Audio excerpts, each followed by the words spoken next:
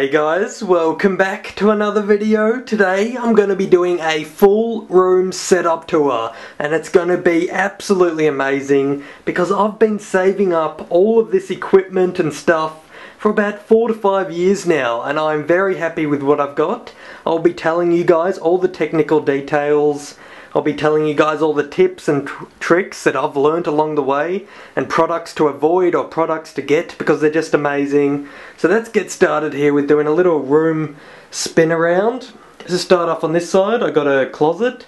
That's where all the junk goes, like my 800 VGA cables and all that useless stuff. To the left of that, I have a bin, which is extremely useful because I don't want to leave the room if I want to throw something out.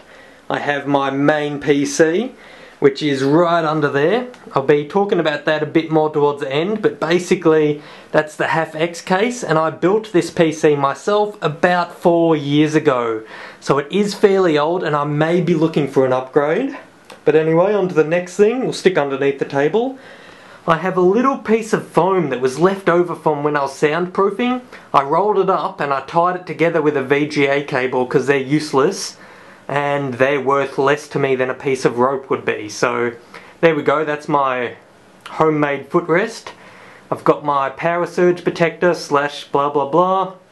I have my subwoofer down there, which basically, I don't know, it's not the best one going around. I wouldn't really recommend it, but I don't really listen to the speakers much anyway because I have a headset, which we'll see in a second.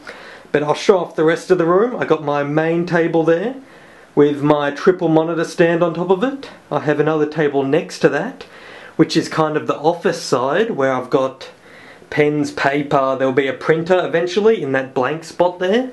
That is where I'm planning to put the printer. And towards the back, you can see I've got the internet stuff. I've got a spare, what's that called, a switch there. I forgot the brand of it, but whatever. I got a switch there just in case I need to connect some other things to the internet, like if I plug in my Xbox or something. Then above that, I have a really nice piece of soundproof foam. It's not the best, to be honest, because soundproof foam costs a ton. So that one cost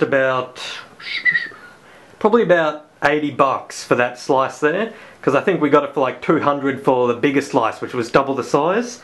And the reason why I put it there is because that one's mainly to stop echoing. That's on that wall there, goes to outside of my house. So it's not really soundproofing. It was more to just stop the echo in the room, because when I'm talking into my microphone, which you can see right there, I don't want things bouncing off the walls and sound waves, and it increases the quality of the mic a fair bit. So that's why I did that. And then I've got some little pieces of foam stuck there just for looks, because I had some extras. As you can see down there, I have a lot of extras that I'm going to place around the room. So there we go, and then I got my chair, which I'll talk about a bit more in a second. I got file cabinet. I have a ton of Velcro that I was planning to stick onto all of the little foam pieces. I have my special Haydz, what does it even say on them? There we go. It says, everything I ever needed to know I learned from gaming, and it's got my YouTube channel down the bottom. I got like 50 shirts there that I was planning to sell at some stage but never got around to. Then if I move back a bit and get this full thing in the scene, I have a backdrop, and this is hopefully when I start live streaming, I'll have something in the background for people to look at. And at the moment it's a bit messy, but I'm planning to split it up into sections, so like important figurines up the top.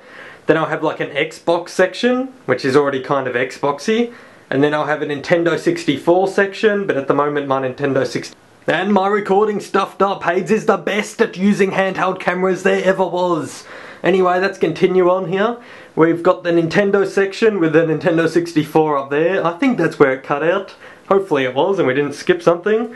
Then we'll have the PlayStation section, but sadly enough, I do not have a PlayStation, but I have the case for one. But there will be one eventually. I'm hoping to collect all of the old-fashioned consoles and basically deck this place out.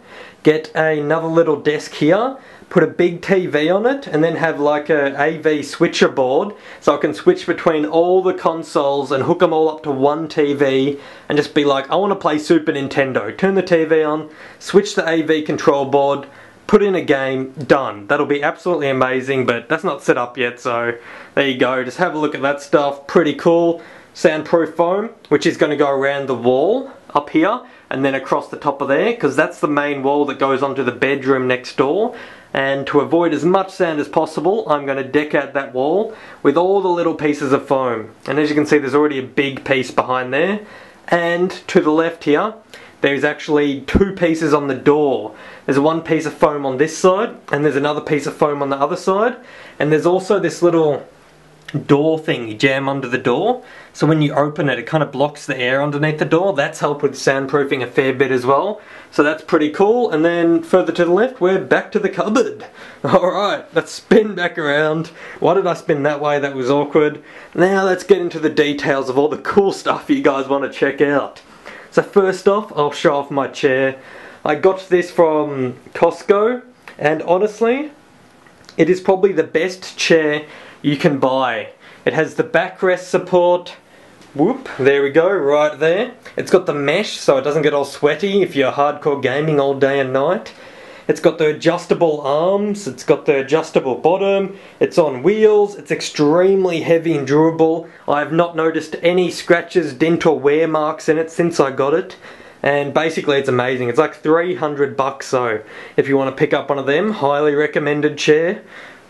Alright, on to the next stuff. Office supplies, the Telstra modem, and there's my 8-slot one, yeah it is, I think it's a gigabit modem, switch, so that's, I got that there. Also got my 4G, if you can see, right next to it. That's in case my internet goes out, turn on the 4G, bam, I got internet back again. Then now, I guess I'll talk about the headset. I have actually had this headset for longer than I've had this computer. I've had this headset since I started Xbox gaming, which was ages ago, and it has been a great headset, I'm going to be perfectly honest. These are Astro A40s. They come with a detachable mic, they're really strong, they're really durable, they sound great. But the main reason why I bought them at the time was because of that little feature right there. The Astro A40 mix amp was extremely good for its oh shit, that probably made a loud noise.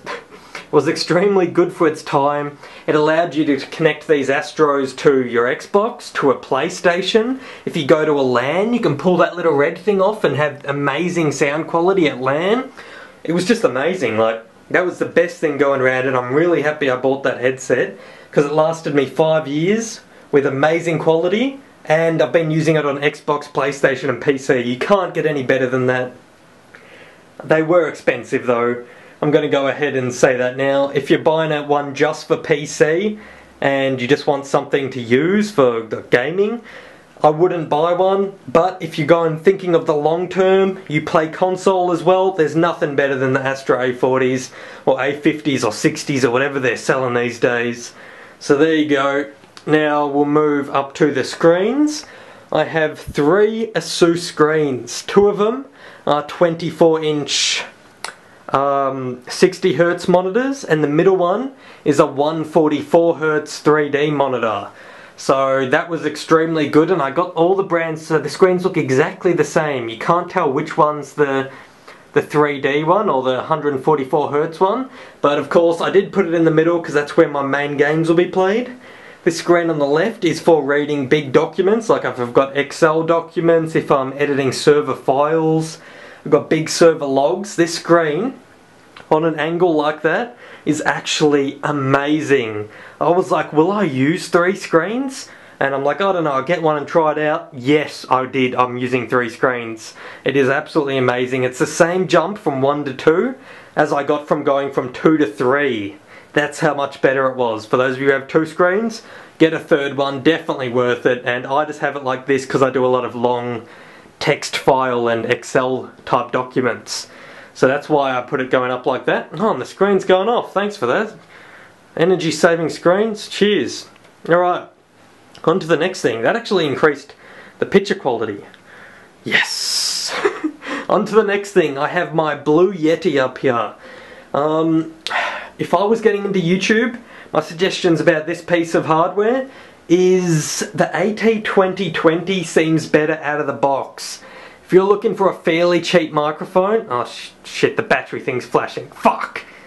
if you're looking for a cheap microphone, I'll get the AT2020 because it seems to sound better out of the box.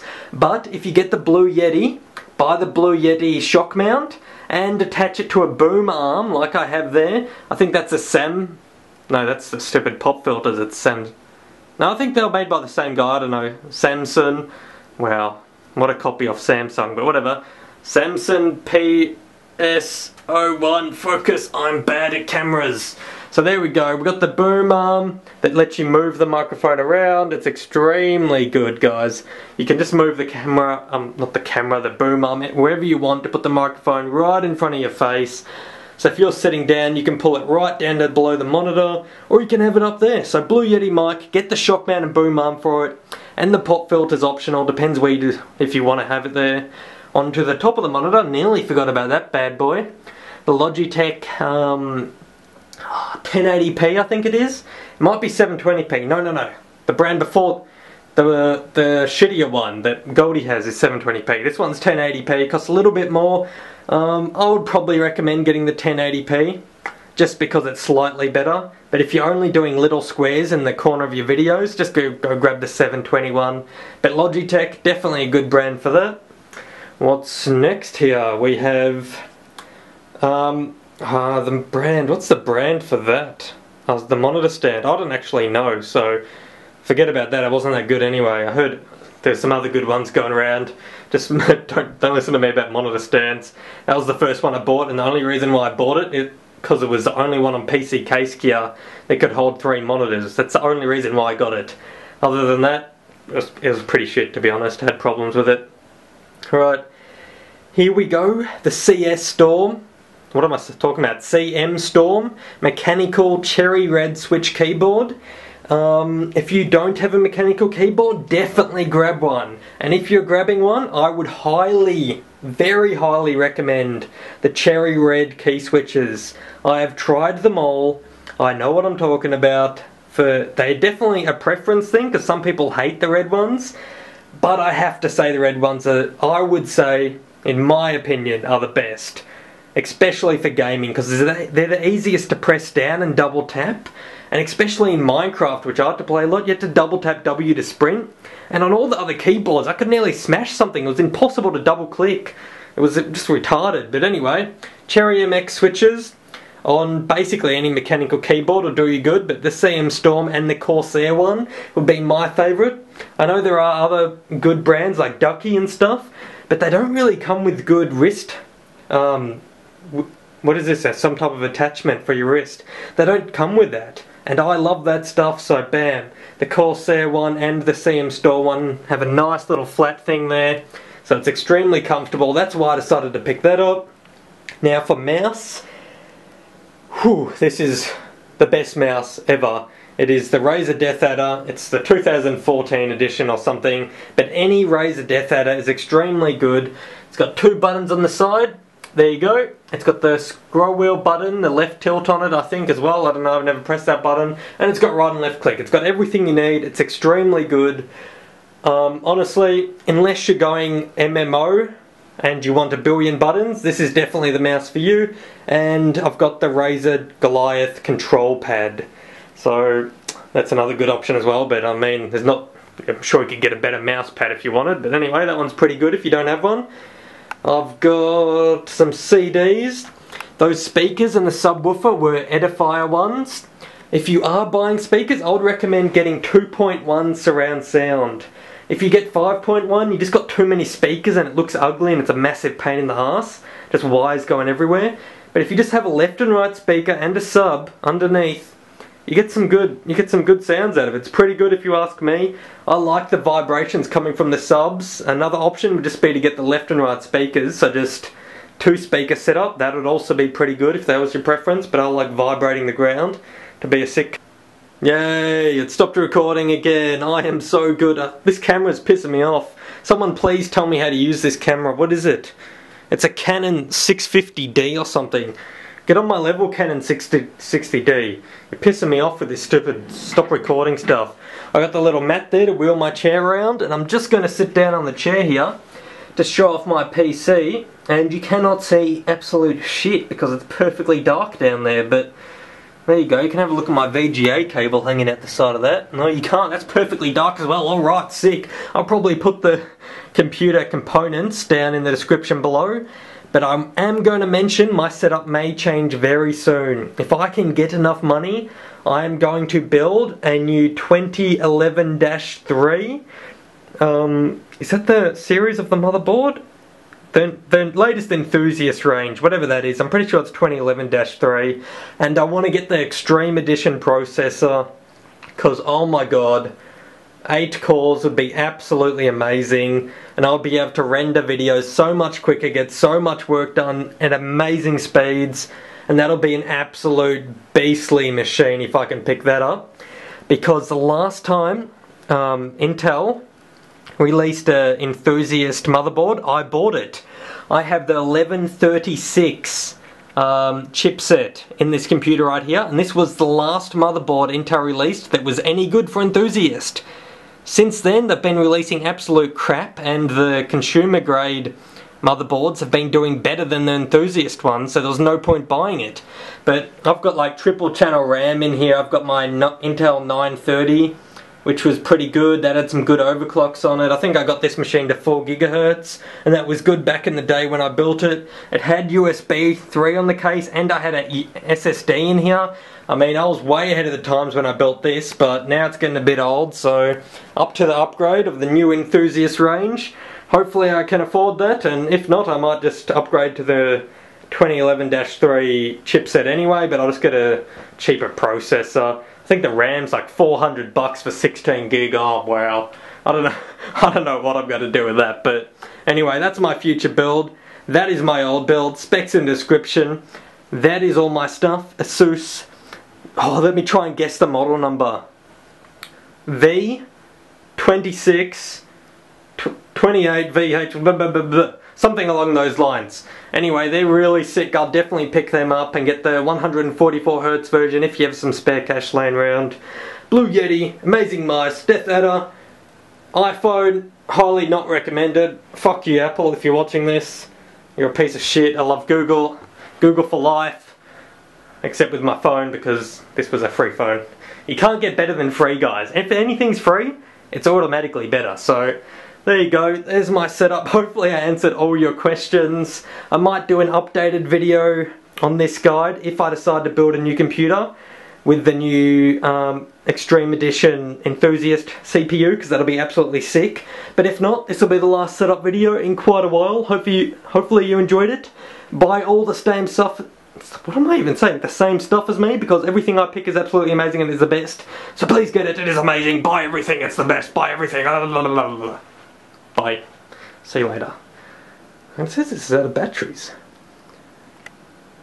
Has this thing stopped recording yet? Oh, fuck.